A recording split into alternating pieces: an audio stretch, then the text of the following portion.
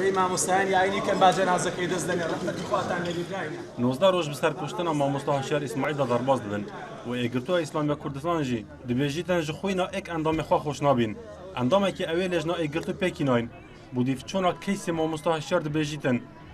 حتا نوکە دوو کەس هاتنە دەستە سەرکردن و گومان تێدانینە ئێک جوانە بکوژە و ئەوێ دیژی هەفکاریەوەی کریە و دەبێژیتن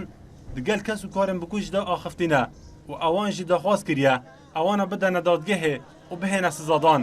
ئەو لێژنا دەخوازێ ji layên peyvendîdar diket ku lezatiyê bikin bû êklayîkirina wî keysî û bikûjan û ew ên pişt keysê û ew ên hevkariya wan kirîn bidene dadgehê.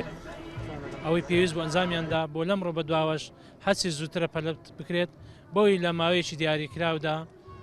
ئەو کەیسە یەکلا ببێتەوە و بکوژان و ئەو کەسانێکە لە پشتۆی ئەو بکوژانن ئەو بکوژن یەکلا بێتەوە و بە دادگا و بە سزای عادیلانی خۆیان بگەن. برایەکی مامۆستا هەشیار ئیسماعیل دەبێژیتن ئاسایش و پۆلیسی هەولێرێ بڕێکوپێکی کارن خوا ئەنجام داینە کوشاینە بکوژە ڕاستی برایە وانە دەستە سەر بکەن و دەبێژیتن لەوان نێزیکان ئەوی دەستی دێ ئەشکاراکەن کول پشت وی کاری بووە. دانیا ئێستش ئەوان لە لێکۆلینەوەدان و تحقیقدان ئێمەش وەکو حەزمان لێ بە شێوەیەکی قانونی و ئاسایی بڕواتن ئەوان یعنی تحقیقی خوا نەگە دەکەن و ئێمەش سکاڵامان تۆمار کردێ و محامیشمان هەیە و خەبەریشان داینێکەوە یعنی ئینشاڵڵا لەو نێزیکانەدا ئێمە ئەو دەستەی کەوا لە پشتی ئەوەشە هاوکاریمان کەلومان کەش بکەن.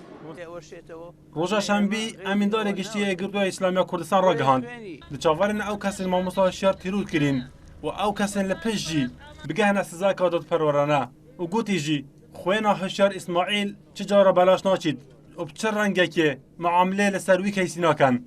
شەوە 22 مەها دەرباز بووی هەشیار ئیسماعیل پێشنەوێژ و گوتار خوینە مزگەفتە عومەر بندیان لە تاخێ شادیە باژێرە هەولێرێ ji لای هەندێک کەسان ve li ber deriyê mala xwe teqe hate kirin û paşî hate kuştin.